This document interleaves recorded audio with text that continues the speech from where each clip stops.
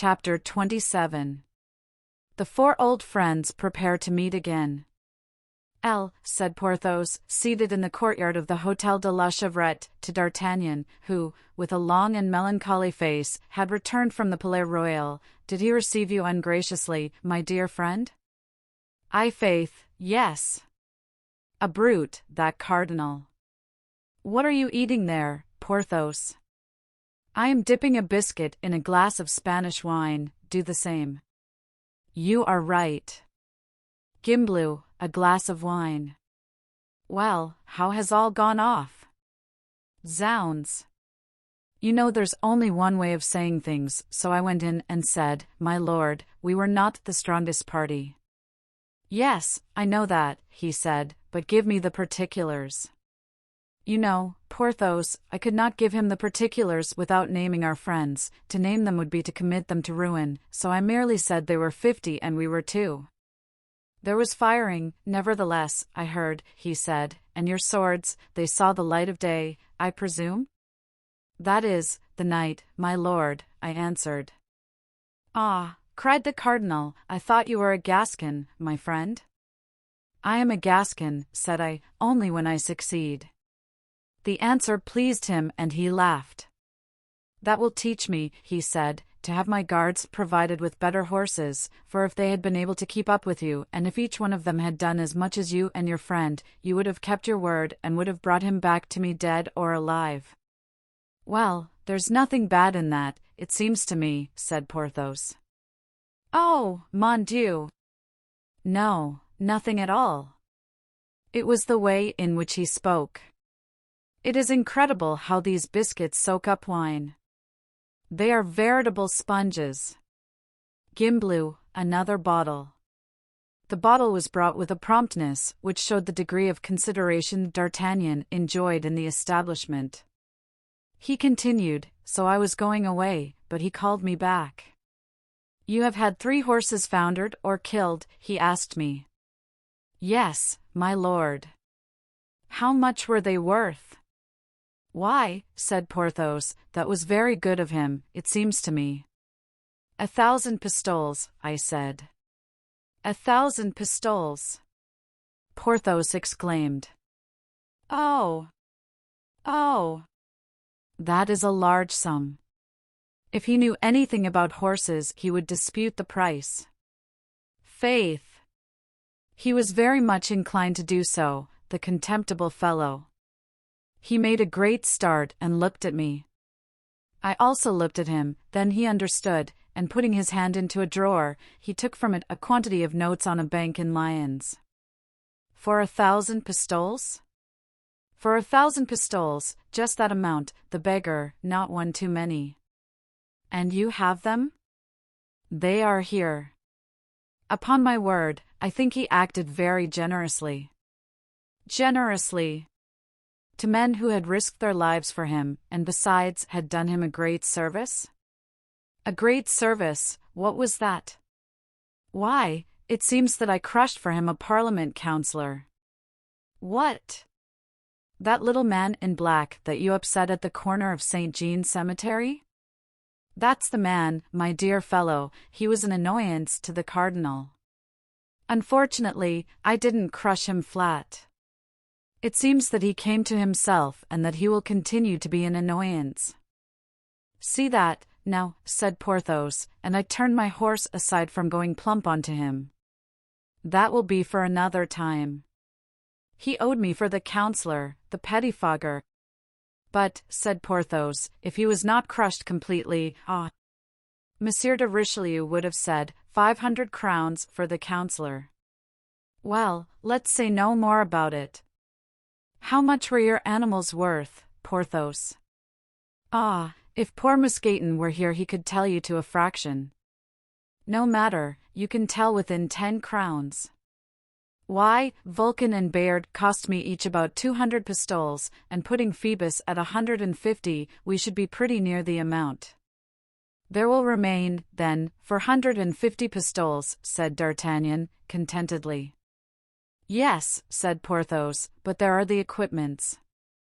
That is very true. Well, how much for the equipments?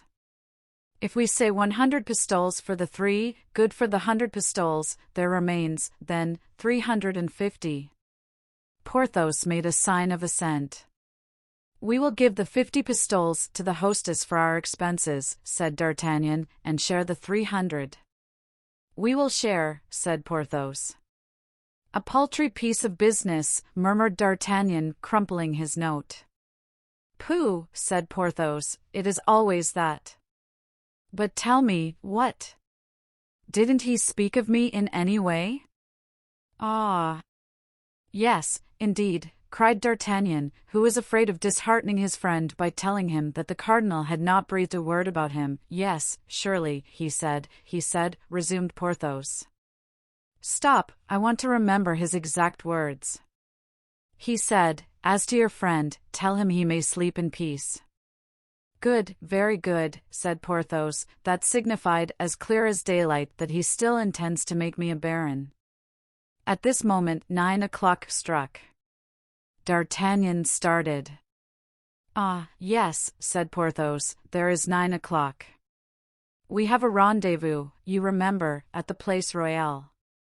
Ah. Stop. Hold your peace, Porthos, don't remind me of it, 'tis that which has made me so cross since yesterday. I shall not go. Why? Asked Porthos. Because it is a grievous thing for me to meet again those 2 men who caused the failure of our enterprise. And yet, said Porthos, neither of them had any advantage over us. I still had a loaded pistol, and you were in full fight, sword in hand. Yes, said D'Artagnan, but what if this rendezvous had some hidden purpose? Oh, said Porthos, you can't think that, D'Artagnan. D'Artagnan did not believe Athos to be capable of a deception, but he sought an excuse for not going to the rendezvous. We must go, said the superb lord of Bracieux, lest they should say we were afraid. We who have faced 50 foes on the high road can well meet 2 in the Place Royale. Yes, but they took part with the princes, without apprising us of it. Athos and Aramis have played a game with me which alarms me. We discovered yesterday the truth, what is the use of going today to learn something else? You really have some distrust, then, said Porthos. Of Aramis, yes, since he has become an abbé. You can't imagine, my dear fellow, the sort of man he is. He sees us on the road which leads him to a bishopric, and perhaps will not be sorry to get us out of his way. Ah, as regards Aramis, that is another thing, said Porthos, and it wouldn't surprise me at all. Perhaps Monsieur de Beaufort will try, in his turn, to lay hands on us. Nonsense! He had us in his power, and he let us go. Besides, we can be on our guard. Let us take arms, let Planchet post himself behind us with his carbine. Planchet is a frondeur, answered D'Artagnan. Devil take these civil wars. One can no more now reckon on one's friends than on one's footmen, said Porthos. Ah! If Mousqueton were here. There's a fellow who will never desert me. So long as you are rich. Ah! My friend, 'tis not civil war that disunites us. It is that we are each of us 20 years older, it is that the honest emotions of youth have given place to suggestions of interest, whispers of ambition, counsels of selfishness. Yes, you are right, let us go, Porthos, but let us go well armed. Were we not to keep the rendezvous, they would declare we were afraid. Halloo! Planchet! Here! Saddle our horses, take your carbine. Whom are we going to attack, sir? No one, a mere matter of precaution, answered the Gascon. You know, sir, that they wish to murder that good counsellor, Broussel, the father of the people? Really, did they? Said D'Artagnan. Yes, but he has been avenged. He was carried home in the arms of the people. His house has been full ever since.